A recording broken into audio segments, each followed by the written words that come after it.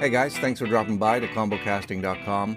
The reason I'm on Flickr today is because I wanted to show you how to use the Creative Commons to add some real creative inspirations to your videos. So all you have to do at Flickr to find the Creative Commons images is go to Explore and go to Creative Commons here.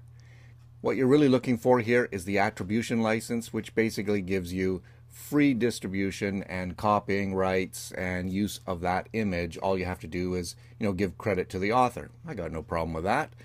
And as you can see, there are more than 33 million images in that library. And by clicking on the Creative Commons, you're going into a specific search for those images that have those certain rights. So let's just do a search. Ford Pinto? Okay, I'll do a search for Ford Pinto. A horrible piece of manufacturing, but that's besides the point. So let's just click on this image, and when you click on it, you'll see that right here, this photo is available to everybody. Some rights reserved. Rights reserved basically just mean that you have to send a link back, or what I like to do is get the URL and get the author's name here. So I just say search at Flickr for this author. Now, most of the images in Creative Commons are just going to have some rights reserved, but some may not. Okay, so here's one of a woman at a beach. All right, so it says some rights reserved, but it also says request to license. So as soon as you see this, you can't use it. You can use it, but if you click on this, you'll find out how expensive it is to use. These are professional photographers and they're selling their work. So there's no need for you to be paying that kind of money here on Flickr, especially. If you're going to be spending this much, you might as well just be searching on royalty free. So don't use those images. And in fact, when you find one of these photographers who are selling their work, well, just go back to the search and click hide here. Then that photographer is not going to show up in your search anymore. So you won't have to be looking at an image that you know you're not going to be using. Okay, so I've gone through, I've grabbed 7 or 8 images and I brought them into a ScreenFlow project. And I just wanted to show you within this project how you can use these titles to sort of, spunk up your work a little bit and do something different. Video making, screencasting is getting more and more competitive because programs like ScreenFlow, you can learn in half a day. So you can have a new competitor in that short of time producing some pretty good work. So I like to always look for things that are going to keep you, in control of your niche, make your videos look professional and different, recognizable, something where people are going to say, hey, this guy put some effort into it and I believe him, I trust him. So here's what I did. On the last row here, I picked all these images here and I just placed them on the bottom row. And then for some of them, I add a bit of sound or a bit of background. And, I'm just sort of thinking of these as either an intro or when you're changing a subject. So you can insert one of these slides, sound effect perhaps, and then you go to your next section. Just to break it up, but to keep interest in your video as well. Okay, so let me just run through this. You'll hear me talking over it because I'm going to explain what I was doing. But at the end, I'll let this run through and you can have a closer look at the actual work that I did. Morning thing here, wake up. And then I did, very full screen, interesting sort of concept here. Hills are only difficult when you're using the wrong tools. Good image. Naturally, I picked the beach sound for this one. Here I shook up the words a little bit, give it a little bit of engine movement. And here I started with a title and I faded in the image. This is a bit more serious, even sort of scary look to it. I don't know where you'd use that, but, just to get your creative thoughts going. Self-explanatory there. Here I got a little bit of movement on the frame, and then I zoomed in on the title.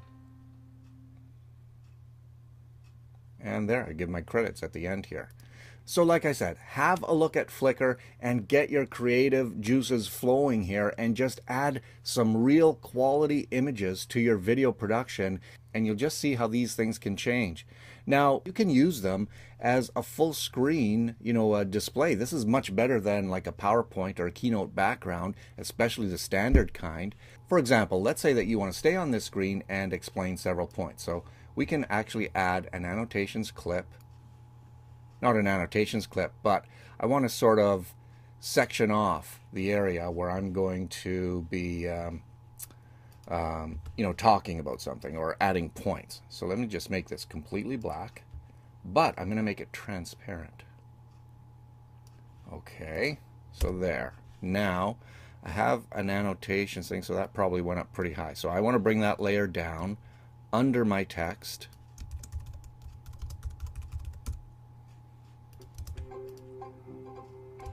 So I could stop it on this frame and talk for a couple minutes on a certain point, and then, add every point that I'm talking about in this darkened area here, which can also fade in. So I can fade in that annotation as well. Add starting transition.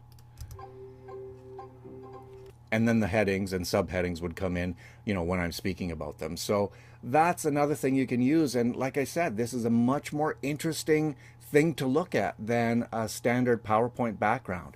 And don't forget, you can still bring in your brand, put your logo down here or up here, pop it in once in a while. And in that way, you still have something identifiable for you to work with.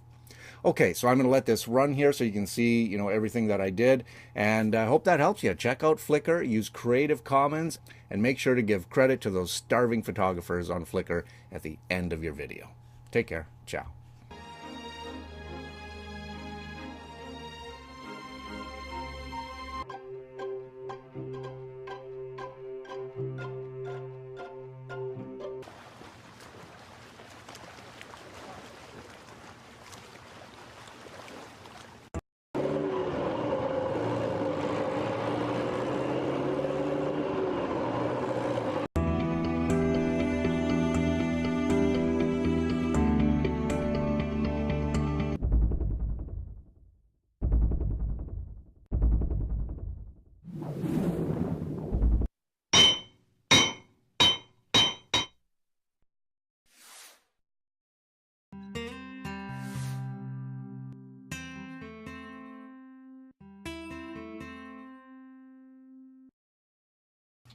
One more thing I forgot to mention about this style of video, in that you're using full sort of background photographs. There are some design considerations to configure when you do this kind of stuff.